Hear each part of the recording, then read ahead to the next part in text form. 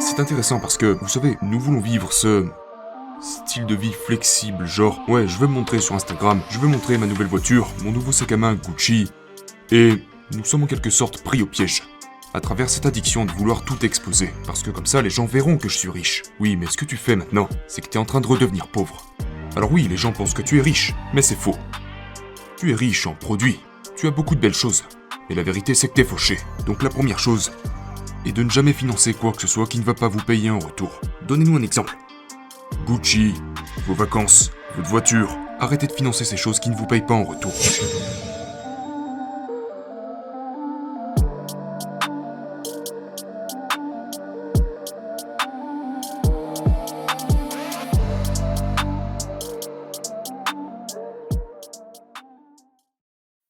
Vous avez juste besoin de connaître les bonnes stratégies qui fonctionnent pour vous. Et ces choses changent avec le temps.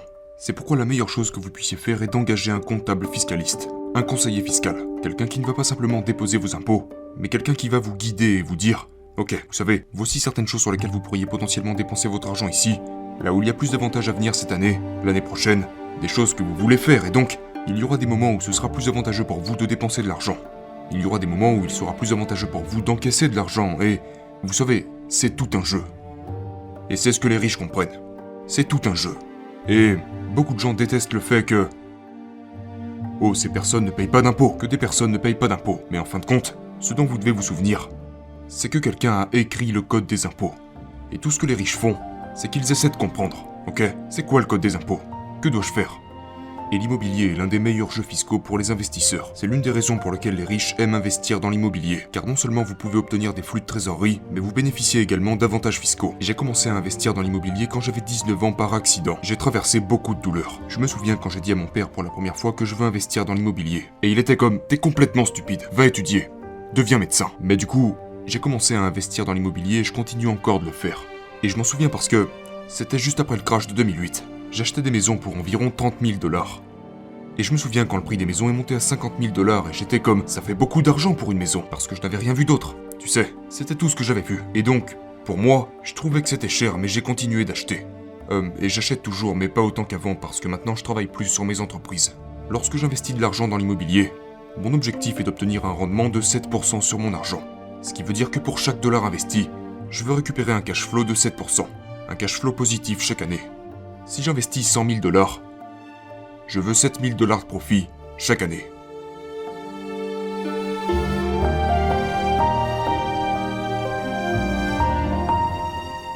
Et tu sais, si tu es comme moi, tu peux te mettre un peu en colère. Tu vas être frustré, parce que tu vas réaliser, mais qu'est-ce qu'on fout? Pourquoi on n'enseigne pas ça aux gens? Pourquoi on nous apprend pas à utiliser notre argent correctement? Car de nos jours, le truc c'est que les gens payent 50 000 $ par an pour obtenir un bon diplôme universitaire, mais en même temps, YouTube décentralise l'éducation gratuitement. Et vous pouvez apprendre de qui vous voulez. Si vous n'aimez pas la façon dont je parle, vous avez juste à quitter cette vidéo et aller chez quelqu'un d'autre. N'est-ce pas? Et ça ne vous coûte pas un centime. Vous pouvez apprendre de n'importe qui pratique réellement ce qu'il enseigne. Et vous pouvez faire ça confortablement à la maison.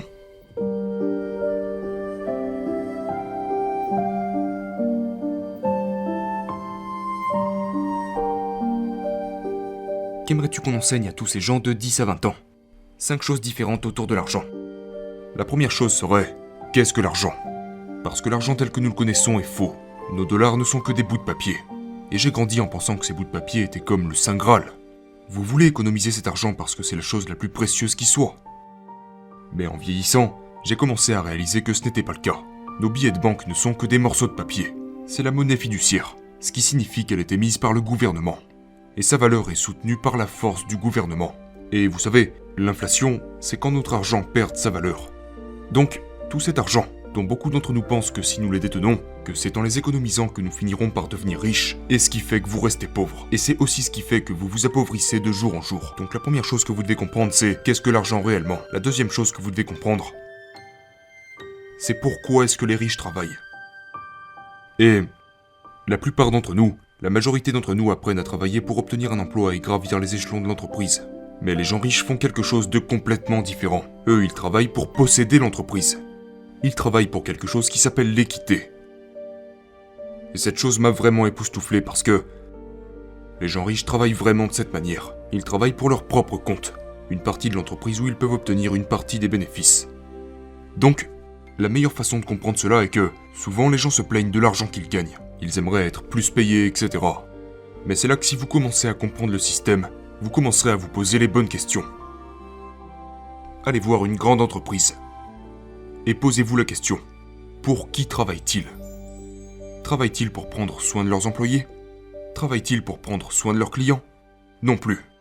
Ils travaillent pour prendre soin d'une seule catégorie de personnes, leurs actionnaires.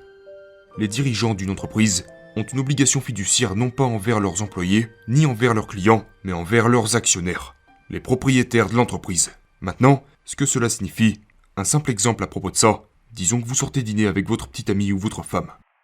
Vous êtes à ce rendez-vous, et soudain vous recevez un message d'un de vos bons amis, qui vous propose, disons, de jouer à Fortnite. Sauf que actuellement vous avez déjà une obligation, c'est d'être avec votre petite amie, d'être avec votre femme, d'être avec votre partenaire et de passer du temps avec lui ou elle. Si vous partez rejoindre votre ami, vous allez avoir des ennuis, n'est-ce pas ? Et c'est exactement pareil avec les dirigeants, les PDG. Leur devoir est tourné vers leurs actionnaires, les propriétaires de l'entreprise. Donc maintenant, qu'essayent-ils de faire ? Ils travaillent à faire grimper la valorisation de l'entreprise. Maintenant, si vous travaillez pour une entreprise publique, cela veut dire que vous pouvez prendre une partie de vos revenus et vous pouvez acheter des actions dans l'entreprise. Et si l'entreprise dans laquelle vous travaillez n'est pas cotée en bourse, alors vous devez commencer à prendre cet argent que vous gagnez et commencer à l'investir. Peut-être que ça veut dire acheter des actions, peut-être que ça veut dire se lancer dans l'immobilier. Ça pourrait être plusieurs investissements différents à la fois, mais vous devez travailler vers cette équité. La troisième chose est que vous devez voir plus grand. Je sais que j'ai grandi en pensant que quelqu'un qui me ressemblait, quelqu'un qui est brun, quelqu'un qui porte un turban, quelqu'un qui n'a pas eu de parents entrepreneurs et investisseurs, n'est pas en mesure de faire ça, parce que vous pensez que quelqu'un, comme vous, n'en est pas capable. Mes parents m'ont aussi répété que je ne pouvais pas le faire. Mais il faut être celui qui fait le premier pas. Et une fois que vous essayez de faire ce premier pas, vous devez apprendre et chercher la deuxième étape. Puis passer la deuxième étape et réaliser « Oh, je pourrais commencer avec un investissement de 100 $ par ici. » Parce que vous n'êtes pas obligé de commencer avec, vous savez, des centaines de milliers ou des millions de dollars. Commencez sur Internet avec quelques centaines de dollars. C'est tellement plus accessible. Vous devez commencer à apprendre. Vous devez commencer à faire. Et puis la prochaine chose que vous devez comprendre, la quatrième chose, c'est que vous devez comprendre le concept des dettes. Et c'est intéressant parce que, vous savez, nous voulons vivre ce style de vie flexible, genre, ouais, je veux me montrer sur Instagram, je veux montrer ma nouvelle voiture, mon nouveau sac à main Gucci, et nous sommes en quelque sorte pris au piège. À travers cette addiction de vouloir tout exposer, parce que comme ça les gens verront que je suis riche. Oui, mais ce que tu fais maintenant, c'est que t'es en train de redevenir pauvre. Alors oui, les gens pensent que tu es riche, mais c'est faux. Tu es riche en produits, tu as beaucoup de belles choses, mais la vérité c'est que t'es fauché. Et donc quand vous vivez ce certain style de vie, vous êtes la raison pour laquelle Gucci, Louis Vuitton, Chanel gagnent autant d'argent. Et c'est ce qui fait que vous restez pauvre. L'une des personnes les plus riches du monde, parfois c'est la deuxième, parfois la troisième, c'est le PDG de Louis Vuitton.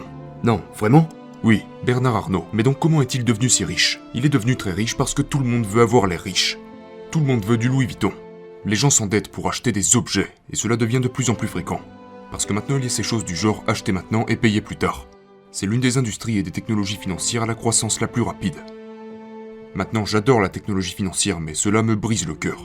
Parce que qu'est-ce que ça veut dire ? Ça veut dire qu'aujourd'hui je peux acheter tout ce que je veux sans avoir à payer aujourd'hui. Je vais le rembourser sur 3 mois et si je le fais pas, je reçois une claque de 25% d'intérêt. Maintenant disons simplement que vous avez 18 ans ou 21 ans et que je vous donne 6500 $, sans n'avoir jamais investi un autre centime. Mais vous investissez ces 6500 $ en vous débrouillant pour obtenir 18% d'intérêt par an sur cet argent. Maintenant vous prenez votre retraite à 65 ans et vous regardez ce portefeuille d'investissement. Eh bien vous auriez plus de 11 millions de $. Maintenant, je vois déjà les gens arriver et dire « Mais comment vais-je obtenir 18% d'intérêt ?»